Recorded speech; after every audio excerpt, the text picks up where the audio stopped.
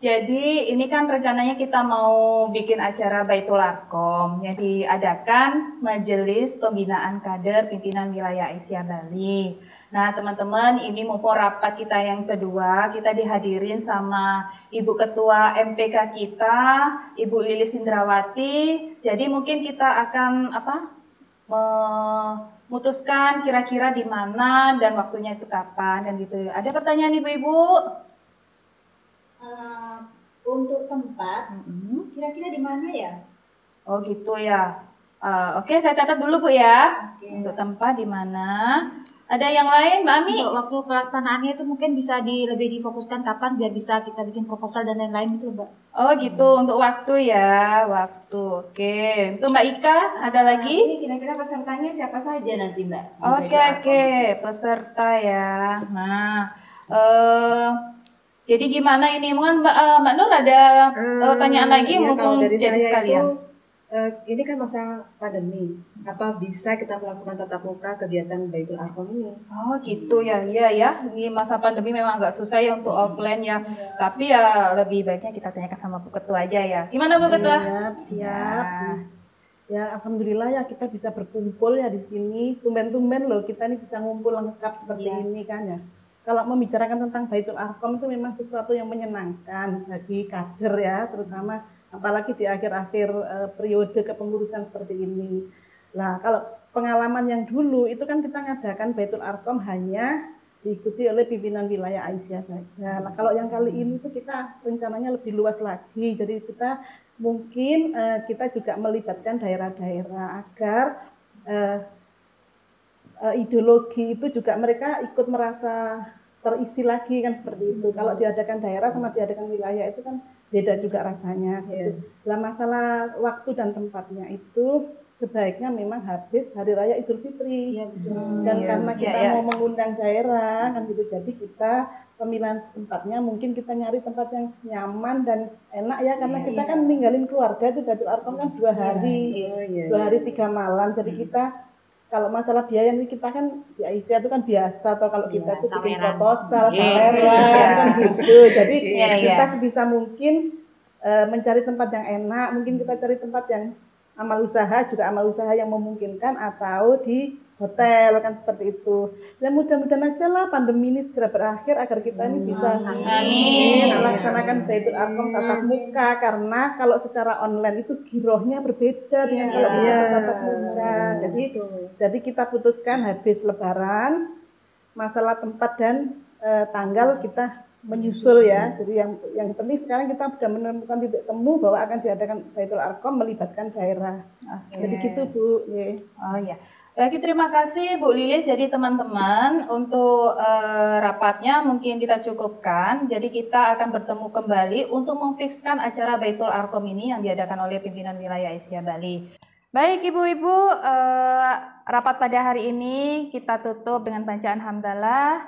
Alhamdulillahirabbil alamin. Wassalamualaikum warahmatullahi wabarakatuh. Waalaikumsalam warahmatullahi wabarakatuh. Ayo dimakan konsumsinya. Wah, ini konsumsi dari mana ini? Iya nih sumbangan ini dari Anissa Cookies. Iya. Assalamualaikum. Waalaikumsalam. Mbak Tiara. Mama sudah selesai rapat? Sudah sayang. Sini. Mama Tiara lapar. Lapar ya, Mak? Ambil kursi sayang, duduk sini.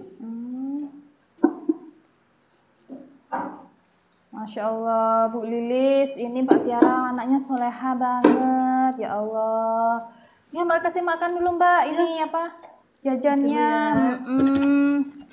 Ini Mbak Tiara selalu diajak Bu ya, apa nggak bisa ditaruh di rumah aja Bu ya, kan ini banyak kegiatan di luar, apa memang selalu diajak itu kemana-mana gitu Mbak? Ini ya Mbak ya, jadi kegiatan ibu-ibu Aisyah itu kan banyak ya, hampir setiap hari, apalagi di masa pandemi seperti ini kan gitu, nggak ada matinya lah gitu. Nah, kalau saya sering keluar, terus anak saya tinggal di rumah, kan gitu, jadi kan nggak ketemu. Jadi kalau mereka nggak ada kegiatan atau Tiara nggak ada kegiatan, nggak ada sekolah gitu, sekolahnya udah selesai gitu, bisa mungkin saya ajak gitu. Jadi saya juga nggak kehilangan momen bersama anak, tapi saya juga tetap bisa berkegiatan dan anak saya juga bisa tetap bersama saya. Jadi saya tinggal juga nggak was-was gitu. Jadi saya ajak, jadi dia tetap bersama saya. Iya. Ini ya Bu ya, kalau Mbak biasanya kan saya dengar ini ada namanya kader intilan gitu ya. Nah itu kira-kira apa sih Mbak kader intilan itu ya? Iya, ini salah satunya contoh kader intilan kan. Oh gitu. Intilan itu Ya. sebenarnya dari bahasa Jawa ya, bahasa Jogja khususnya. Jadi ngintil kan gitu. Jadi ini nanti lama-lama juga bisa jadi kader Aisyah, kader Muhammadiyah yang militan. Oh gitu. Karena ngintil terus kan kemana saya ikut. Ya kan gitu, kemana saya ada kegiatan dia ikut, dia ngintil. Walaupun saya nggak ngajari ideologi, nggak ngajari Mars Aisyah, Mars Muhammadiyah, karena dia sering ngintil dan sering dengar, jadi otomatis hafal sendiri kan gitu. Jadi banyak juga loh kader-kader intilan itu yang dilahirkan dari keluarga Muhammadiyah. Dan biasanya mereka memang menjadi kader yang militan kan gitu.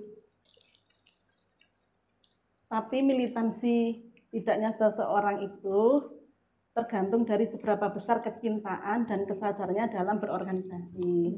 Karena sebuah perjuangan tidak akan mungkin ada kalau tidak ada landasan rasa cinta di dalamnya. Jadi bisa mungkin dari dini karena kami keluarga Muhammadiyah kan gitu. Jadi bisa mungkin ya mereka dari kecil udah diperkenalkan dengan kegiatan-kegiatan ibunya, jadi nggak kaget.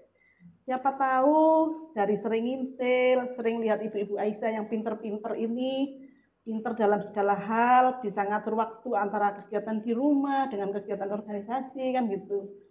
Anak-anak nanti tertarik untuk berAisyah, dimulai dari yang tingkat paling rendah lah, IPM, IMM, gitu. Angkatan Muda Muhammadiyah Putri kan banyak tuh yang bisa dipilih. Jadi dari sana perkaderan keluarga itu juga bisa tercipta kan gitu. Kalau kita sering ngajak-ngajak anak, ngajak suami, ngajak keluarga kan itu otomatis sudah perkaderan keluarga udah tercapai kan gitu. Oh gitu ya Mbak. Jadi seru ya Mbak kalau memang gitu. Tapi kalau anak saya kan cowok nih Mbak, itu gimana itu? Jadi ngintilnya ke Muhammadiyah berarti ya? Ngintilnya ke bapaknya Ke bapaknya ya. Bisa kan gitu. Tapi seorang kader itu kan nggak ada istilahnya diperoleh dengan cara instan. Oh dia 1 bulan, 2 bulan, oh itu nggak bisa, belum bisa lah disebut sebagai kader intilan. Ada proses dan ada tahapan yang dilalui kan gitu. Saya aja di Aisyah ini nggak ujuk-ujuk juga ada di pimpinan wilayah kan gitu. Saya melalui proses, melalui tahapan yang saya lalui dari ngintil juga. Saya ngintilnya saya sama senior saya, jadi saya ikut senior saya itu berdakwah kemana, rapat kemana, saya ngintil kan gitu. Lama-lama ya saya ada di pimpinan wilayah Aisyah Bali kan, seperti itulah.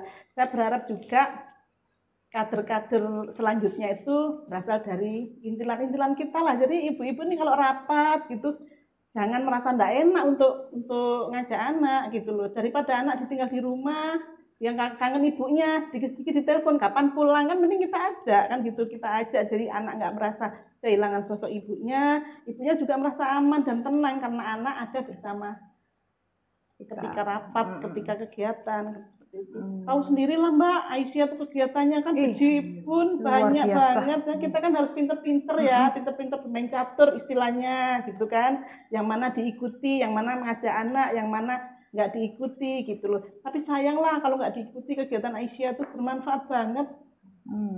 Gitu. Kalau kader intilan itu memang khusus dari keluarga aja atau misal kita ngajak temen gitu, temennya belum tahu nih tentang Aisyah Muhammadiyah tapi kita ajak, itu apa bisa disebut dengan kader intilan Mbak? Dalam arti luas sebenarnya intilan itu kan ngintil ya, ya siapa aja boleh. Saya juga ngintilnya bukan dari ibu saya karena ibu saya kan di Jawa, saya di sini, jadi saya ngintilnya dari kader yang senior kan gitu. Saya ngintil, saya juga kader intilan tapi bukan kader intilan biologis ya. Kalau dari anak gini ngikut ibunya otomatis kan kader biologis juga namanya. Tapi kalau yang dari istilah intilan itu contohnya saya ngintil sama senior saya dulu almarhumah Bu Umi Salama. Jadi saya ngintil, kemana ngintil kan gitu. Oh berarti ada kader intilan keluarga, ada kader intilan masyarakat gitu Mbak ya? Kalau yang dari turunan langsung tuh istilahnya kader intilan biologis kan Oh gitu. iya. Jadi intinya begini, ibu-ibu semuanya, mbak-mbak semuanya, kan gitu. Kita itu tidak usah takut untuk berkegiatan. Jangan sampai urusan dapur kita menghalangi kegiatan kita di masyarakat, kegiatan yang positif kan gitu.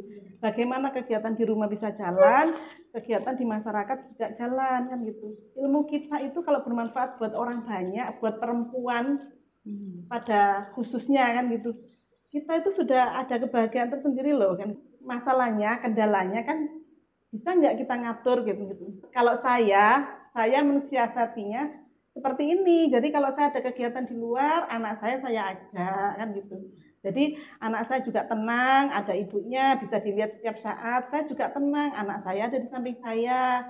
Jadi ibu-ibu semuanya tidak usah ragu kalau ada kegiatan anaknya diajak. Nanti dari situ kan anak sama anak ini juga saling kenal, menambah komunitas kan gitu. Jadi diajak aja. Pelan-pelan sebenarnya tugas kita itu untuk mengkader agak ringan gitu loh. Karena apa? Karena dengan ngintil, dengan ikut, dengan kita ajak, otomatis dia tahu oh kegiatannya ibunya seperti ini. Oh ada apa di Muhammadiyah, ada apa di Aisyah. Jadi dia juga otomatis tahu, nggak asing lagi kan seperti itu. Jadi sekali lagi jangan ragu ya untuk mengkader anak-anak kita, ajak sebagai kader intilan. Gitu ya Mbak ya, jangan ragu loh ya, jangan malu dan jangan sungkan sama yang lain. Gitu ya Mbak. Teman-teman kita di sini selain tadi rapat, sekarang kita sudah dapat pengetahuan nih ya, kan gitu. Luar biasa nih Mbak. Mudah-mudahan ya kita bisa dapat inspirasi nih. Kita bisa dapat ngajak-ngajak anak kita, dapat ngajak-ngajak teman kita. Iya, betul seperti itu.